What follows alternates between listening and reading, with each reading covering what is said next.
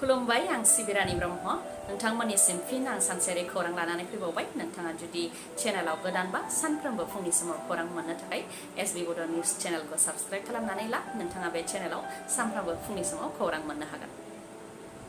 ढेकियाजुलियाव सानै उन्दै गथ'साफोरखौ मबाइल खावनायनि सन्देहआव गाज्रि बुग्लिनाय फालांगिरि दादुल शर्माखौ एरेस्ट खालामबाय। दादुल शर्मा उफ्रा मुं जितेन कुडाला मबाइल खावनायनि सन्देहआव सानै उन्दै गथ'साखौ गाज्रियैनो बुग्लिदोंमोन, जाय जाथाया समाज बिजोङाव गोसारदोंमोन, जेराव दादुल शर्माया ट्राफिक पुलिसनि सेरावनो सानै उन्दै गथ'सानि खानायाव हमनानै उन्दै गथ'साफोरखौ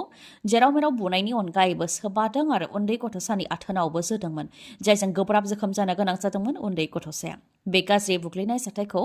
पुलिसा हेंथा होनानै सानै उन्दै गथ'खौ रैखा खालामदोंमोन, नाथाय थांलाय फैलाय जानाय सुबुंफोरा इनाय बुग्लिनायखौ नुदोंब्लाबो उन्दै गथ'खौ रावबो रैखा खालामफायाखैमोन। नाथाय बेखौ खायफाया भिडिअ सेबखांदोंमोन आरो बे जाथायनि भिडिअआ समाज बिजोङाव गोसारनायनि उनावनो आसामनि डिजिपि जिपि सिं बिथाङा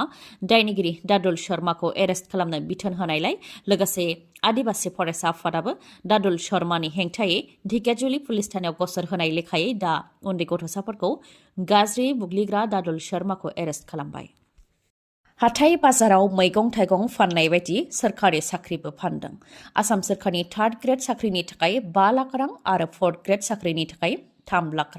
रां होयोब्लानो सोरखारि साख्रिखौ मोनगोन। आसाम सोरखारनि थार्ड आरो फर्थ ग्रेडनि साख्रि होनायनि मुङाव रां बिनानै पुलिसनि आखायाव हमजाबाय आसाम बिजेपि माइनरिटि मर्चानि स्टेट एक्जिकिउटिभ शामसुल हुसैन उफ्रामुं राजाया। लखिमपुर जिल्लानिफ्राय हमदों शामसुल हुसैनखौ। मोनसे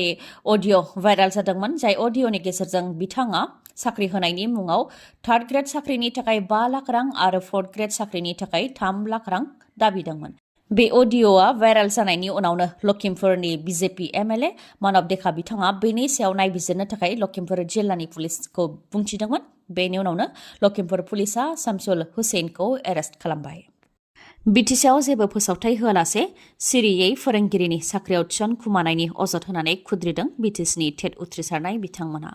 क'क्राझार प्रेस क्लाबाव BTR टेट उथ्रिसारनायनि गौथुमा खौरांगिरि मेल खुंनानै गोख्रोङै बिजाथाय होदों। बिथांमोना फोरमायथिदों दि बिटिसि सरकारा जेबो फोसावथाय होआलासे बा जेबो नटिफिकेशन होआलासे सिरियै एपइन्टमेन्ट होखुमादों। नाथाय सरकारा जाहाथे आइन बेरेखायै बेबायदि थिसनथाय होआ आरो मेरिट वाइज एपइन्टमेन्टखौ होयो, बेनि थाखाय दाबि दैखांदों। लोगोसे फोरमायथिबावदों दि थांनाय 28 जुलाइ 2021 मायथाइयाव 427 फोरोंगिरि पस्टनि थाखाय फोसावथाय होदोंमोन आरो बेनि थाखाय एनसिटिनि नियम बायदियै एप्लाइ खालामनोबो खाबु दंमोन। बे फोसावथायखौ केन्सेल खालामनानै बे पस्टआव टेट उथ्रिसारनायफोरनो एपइन्टमेन्ट होआलासे 1999 मायथाइनि बिजाथिफोर आरो 6 दान कन्ट्रेक्चुएल फोरोंगिरिफोरनो थोंजोङै थिसनथायखौ होदों होननानै फोरमायथिदों। एसआइउ जाखानाय 427 पस्टआ बहा थांखो बेखौ मिथिनो थाखाय आरटिआइ होदोंमोन, नाथाय बिटिसिआव 427 पस्टनि जेबो फोसावथायखौनो होआखै होननानै डाइरेक्टरा फिननायखौ होदों। नाथाय फोसावथायखौनो होआखैब्ला माबोरै माखासे फोरोंगिरिफोरनो थिसनथायखौ होखो होननानै सोंथि खालामो बिथांमोनहा। लोगोसे बुंथिबावोदि जायनाखि बिटिसि सरकारा गोग्गो सोलोंथाइनि बाथ्रा बुङो, गुन गोनां सोलोंथाइनि बाथ्रा बुङो आरो रां लायालासे साख्रियाव थिसननायनि खोथा बुङो, नाथाय बेयाव सन्देह दं आरो आइन बेरेखायै थिसननायनि सन्देह दं होननानै बुंथियो बिथांमोनहा। आरो 1216 पस्ट आरो 667 पस्टनि एसआइउनि गनायथिनि थाखाय आसाम सोरखारनाव जि प्रप'जेल दैथायहरदोंमोन, बेयाव जाहाथे आइन बेरेखायै थिसनथाय होबावा बेनि थाखायबो बिटिसि सरकारखौ बुंथियो, नङाब्ला गेदेर सुबुं थुबुर लानायजों लोगोसे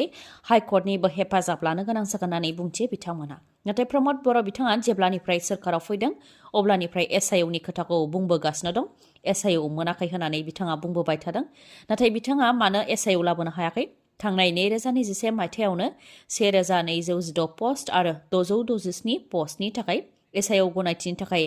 आसाम सोरखारनो हरदोंमोन, नाथाय दिनैसिमबो बिथाङा एसआइउखौ लाबोनो हायाखै। इउपिपिएल दोला बिजेपि दोलोजों एलायन्सआव दं, अब्ला मानो एसआइउखौ लाबोनो हायाखै ना बिथांमोननि सिङाव बिजेपिजों मोजां सोमोन्दो गैया नामा होननानैबो सोंथि खालामो बिथांमोनहा। जुदि बिटिसि सरकारा एसआइउखौ लाबोनो हायाब्ला कपिखौ जोंनो गथायनानै हो, जों अफिसियेलि थाबायनानै आरो बिटिसिनि सोलोंथाइ बिफाननि जानानै एसआइउखौ लाबोगोन होननानै बुंथियो बिथांमोनहा। बेनि अनगायैबो 6 शेड्युल स्पेसियेल टेट आनजाद खुंनायनि सायावबो बुंथिदों दि आनजाद खुंनायनि थांखियानो 2023 आव फोसावथाय होनायमोन, नाथाय दिनैसिमबो होनो हायाखै। जुदि फोसावथाय होनो हायाब्ला आनजाद खुंनांगौनि जेबो गोनांथियानो गैयामोन होननानैबो बुंथियो टेट उथ्रिसारनाय बिजाथिफोरा। BTRनि बायजोआवबो गोबां बर' सुबुंफोर दं नाथाय खायफा बर' सुबुंफोरा बर' राव रायज्लायनो रोङा बेनिखायनो बिथांमोनखौ बर' राव फोरोंनो थाखाय दुलाराय बर' फरायसा आफादा थांखि लादों जाहाथे फरायसा बा सुबुंफोरा बर' रावखौ सोलोंनानै बेखौ सरासनस्रा जिउआव बाहायलांनायजों लोगोसे बर' हारिनि राव थुनलाइ आरो हारिमुनि सोमोन्दै गोथौयै संदाननायाव रोंगौथि जानो हायो बेनि थाखायनो बर' राव रायज्लायनो रोङैफोरखौ बर' राव फोरोंनो थांखि लादों दुलाराय बर' फरायसा आफादा आरो बेनि थाखाय गोदान सानखांथि गोनां सुबुंजों फोनांजाबनो हानाय आदब गोनां साबसिन फोरोंगिरिखौ हांख्रायदों दुलाराय बर' फरायसा आफादनिफ्राय 6 दाननि थाखाय फोरोंथाय होनाय जागोन जायनि मदारथलियाव सानै फोरोंगिरिनि गोनांथि जादों सराइदेवनि जाला बेटिजन आनसलिकआव सानै फोरोंगिरिनि गोनांथि जादों बेबायदिनो डिब्रुगड़ सनितपुर गलाघाट कार्बि आंलं साउथ कामरुप नगाव लखिमपुर आरो गुवाहाटी बेफोराव फोरोंगिरि हांख्रायदों रोंगौथिया बर' आयदायाव एमए जानांगोन दान बान्थाया दान मोनफ्रोमबो 10,000 रां जाय बिनायसाफोरा बर' आरो असमिया रावनि सोमोन्दै बांसिन आखा-फाखा रोंगौथि गोनां बिसोरखौ सायख'नायाव खाबु होनाय जागोन जायगानि बिनायसाफोरखौ सायख'नायाव गोनांथि होनाय जागोन न'नि भारा टिए बा डिएखौ होनाय जानाय नङा एप्लाइ खालामनायनि जोबथा अक्ट'आ 20 जानुवारि 2024 बिनायसाया स्टेन्डार्ड फर्मआव आबुङै लिरनानै बाय'डाटाजों लोगोसे गांनै पासपर्ट फट'जों बड'फा हाउस बागानसालि वार्ड नाम्बार 7 पस्ट अफिस आरो डिस्ट्रिक्ट क'क्राझार 783370 एबा सोमावसार बसुमतारी @gmail.com आव दैथायहरनो नांगोन एबसुनि बिबानगिरि आरो एनडिबिनि माखासे सोद्रोमाफ्रा फिन बिपिएफ दोलोआव हाबदों चिरां जिल्ला हाथिसार प्राइमारि कमिटि बिपिएफनि बानजायनायाव 14 नं चिरां दुवारनि दादगारि बिपिएफ प्राइमारि मावख'आव मोनसे जयनिं हाबाफारि खुंदोंमोन जेराव एबसुनि बिबानगिरिफोरजों लोगोसे एनडिबिनि माखासे सोद्रोमाफोर आरो रायजो राजाफोरा बिपिएफ दोलोआव हाबदों बिपिएफ दोलोआव हाबनाय एबसुनि दैदेनगिरि आरो एनडिबिनि सोद्रोमाफोरा फोरमायथिदों दि एबसु आरो एनडिबिआ 35 बोसोर सोमावसारदोंमोन जायनि गेजेरजों बिचार गोरोबथा जादों आरो सोरखा दादों नाथाय 14 नं चिरां दुवारनि इएम फेरेंगाया इगौ आरो दुगायै इउपिपिएल सोरखारखौ सालायगासिनो दं बेनि अनगायैबो गरिब गुन्द्राफोरनि जेंनाखौ मोनफानि उनाव मोनफा सुस्रांनानै होगोन होननानै प्रमद बर'आ खोथा होदोंमोन नाथाय बेयाव फेलें जादों बेनि अनगायैबो इउपिपिएलनि दैदेनगिरिफोरनि गेजेराव गोरोबलायनाय गैया जिल्ला लेभेल ब्लक लेभेल आरो प्राइमारि लेभेलानो जायाथों मानो बिथांमोननिया स्किमखौ लानानै गावजों गाव सेलाय बेलाय हिंसा हिंसि साननाय दं होननानै फोरमायथिदों आरो जोंखौबो ब्लक आरो प्राइमारियाव बिबान होगोन होननानै लानानै थांदोंमोन नाथाय बिथांमोननि गोरोबलायै बा एना-एनिखौ नुनानै इउपिपिएलआव जयेन जायालासे बिपिएफआव हाबफैदों होननानै फोरमायथिदों बिथांमोना बाक्सानि सालबारियावबो इउपिपिएलनि खहा इउपिपिएल दोलोनि सिडब्लिउसि सोद्रोमा कनक चन्द्र बर'जों लोगोसे सालबारि जिल्ला इउपिपिएलनि सिलाराय बसुमतारी आरो गुबुन गुबुन गासै सा 46आ बिपिएफ दोलोआव हाबदों बिपिएफ दोलोआव आखाइ हमनायनि उनाव इउपिपिएल दोलोनि बिथांमोना फोरमायथिदों दि थांनाय 2016 मायथाइयावनो इउपिपिएल दोलोआव हाबदोंमोन नाथाय इउपिपिएल दोलोनि नीति आदर्शखौ साबजानाय मोनाखै रायजो राजाफोरनो गोबां गेदेर गेदेर खोथा होदोंमोन नाथाय खोथा होनाय लेखायै खामानिखौ मावनो हायाखै आरो जौगानायनि खामानि मावनो हायाखै होननानै बुंथियो फारसेथिं इउपिपिएलनि दैदेनगिरिफोर आरो प्रमद बर'आ दोलोखौ सामलायनो रोङाखै आरो दोलोखौ गोख्रों खालामनो रोङाखै जायनि जाहोनाव सालबारि जिल्ला इउपिपिएलआवनो गावनाय बेनिखायनो 1,000निफ्राय 1,500सो इउपिपिएलनि बिबानगिरिफोरजों लोगोसे रायजो राजाफ्रा थाबैनो बिपिएफ दोलोआव हाबगोन होननानै बुंथियो बेनि थाखाय सावरायनाया जागासिनो दं होननानैबो फोरमायथियो लोगोसे बुंथिबावोदि प्रमद बर'आ गोबां जौगानायनि खामानि मावबाय होननानै बुंथियो नाथाय लामा अफिस इन्जिनियारिं कलेज बायदिफोरा हाग्रामा महिलारिनि समावनो मावखानाय होननानैबो बुंथियो आरो बिथांमोना रायजो राजाफोरखौ थगायनायनि अनगायै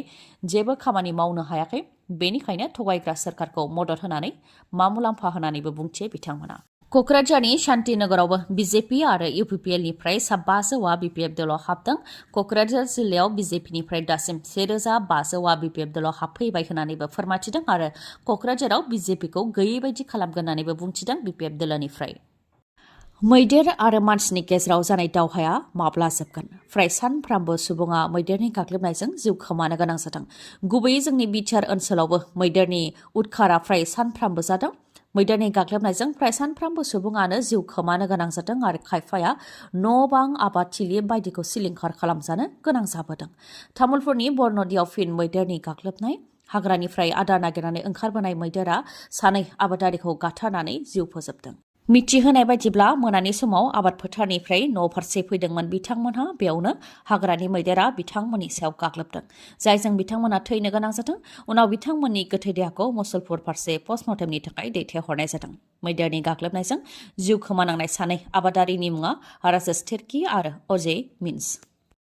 डिसेम्बर आरो जानुवारि बे दान मोननैयाव जों बयबो लावखार ओंखाम जायो नाथाय लावखार ओंखाम जानायाव सांग्रां जा गुबुन बोसोरनि बायदि देग्लायबो लावखार ओंखाम जानाय समाव गारि सालायग्राया जौ लोङोबा गोबां जुरिमाना होनांनायजों लोगोसे गोख्रों राहा लानायबो जागोन बेनिखायनो फिन खेबसेबाव सांग्रांथि फोसावदों हान्थामेला बिफाननिफ्राय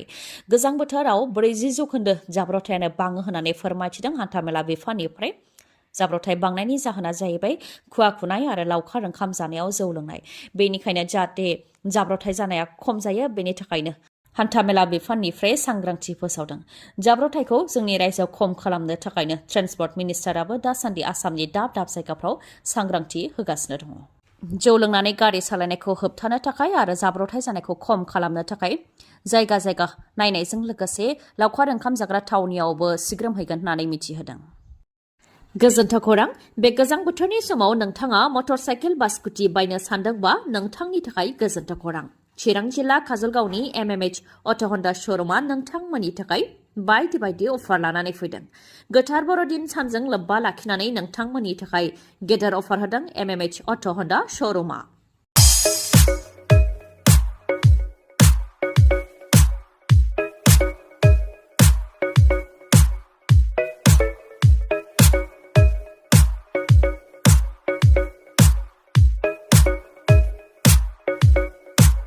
अफारफोरा जाहैबाय बेसेन नाङालासे